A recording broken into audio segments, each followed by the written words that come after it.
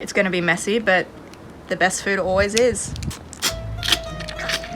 There's a saying in Sicilian, non c'è meglio salsa di la famiglia, which means hunger is the best sauce.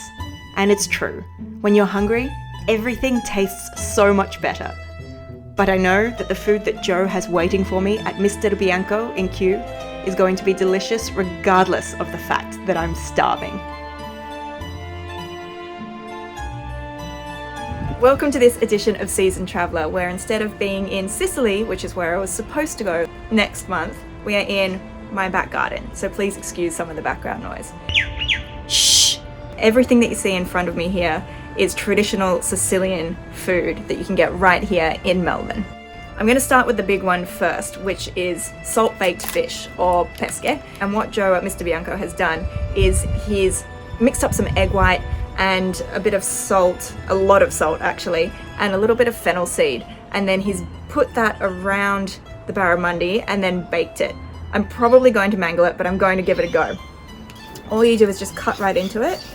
It's actually not that hard, it's got the texture of meringue. Oh my gosh, this is highly stressful. Ah. G'day, Barry.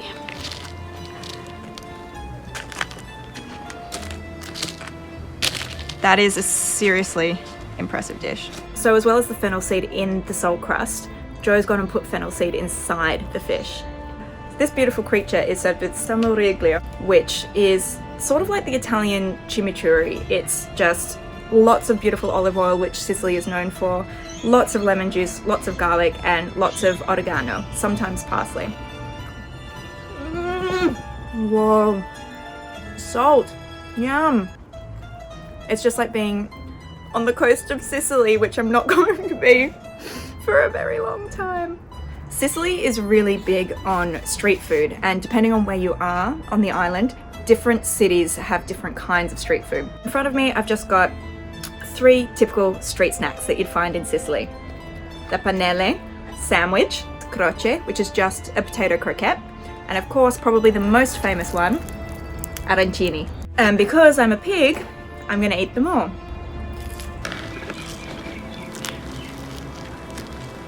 I'm pretty sure it's hard for anything that's fried to taste bad. The other thing they eat a lot of in Sicily, of course, is pasta. But there are particular types of pasta that are native, if you will, to Sicily. Cavatelli are little sort of curly pastas with ridges on them.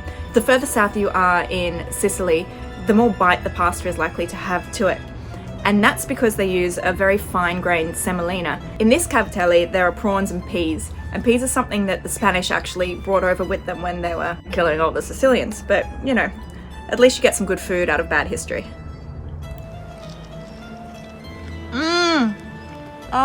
They're all crumbed and crunchy. Anyone who doesn't eat the middle, the little end bit of the prawn, is wasteful. These beauties are called Mezzalune, which just means half moons. No prizes for guessing why. It's gonna fall. Ah! Look at this. Come closer. Come closer. This is beautiful. This is Ricotta Gnocchi, but I can see in here there are tiny little lentils, and you've also got big green Sicilian olives along with the lamb ragu.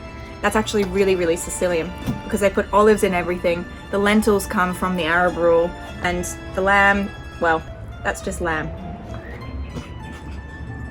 I've got 3 very different Sicilian dishes in front of me that I'm going to go over quite quickly. The first one is schiaccia, an amazing filled pastry that actually has roots in the Spanish empanada from when Spain conquered Sicily. The next, which most people probably already know about, is caponata, a really slow-cooked mix of those Mediterranean vegetables like red peppers, you've got zucchini in there, and often you'll find capers. Tuna zingara. Zingara means gypsy in Italian, and the reason this dish has that name is because it's full of green chilies. And the gypsies, because they'd often eat food that wasn't great or that was close to being off, they'd put lots of chili in it so that they wouldn't taste all those awful flavors. This, on the other hand, is incredibly fresh with sashimi grade tuna and lots of oranges in there as well as the chili and the tomato. Oh, wow. Saffron. Lots of saffron. In this box, if you can see there, is a crab and saffron fregola. Fregola is pretty much just couscous, so you've got that Middle Eastern influence coming through once again. The good thing about fregola or any form of couscous or grain like this is that it really soaks up all of the saffron. So a little bit goes a really long way and really incorporates throughout all of the seafood. I wish you were in Sicily too! Oh, that is luxurious. You want to get all the guts, all the brainy bits, all the bits that people throw out for all the wrong reasons. They're the best part. Is there any on my face? The Sicilian thing to do would be to finish on a sweet note with the ultimate Sicilian dessert, cannolo. Or in my case, cannoli, because God knows I'm going to eat more than one. Thank you so much for tuning in to Seasoned Traveller, the Sicily Dispatch. If you like this video and want to eat more food around the world from the comfort of home, or even just learn about other food, please remember to subscribe. And you can follow Seasoned Traveller on Instagram at Seasoned Traveller HQ.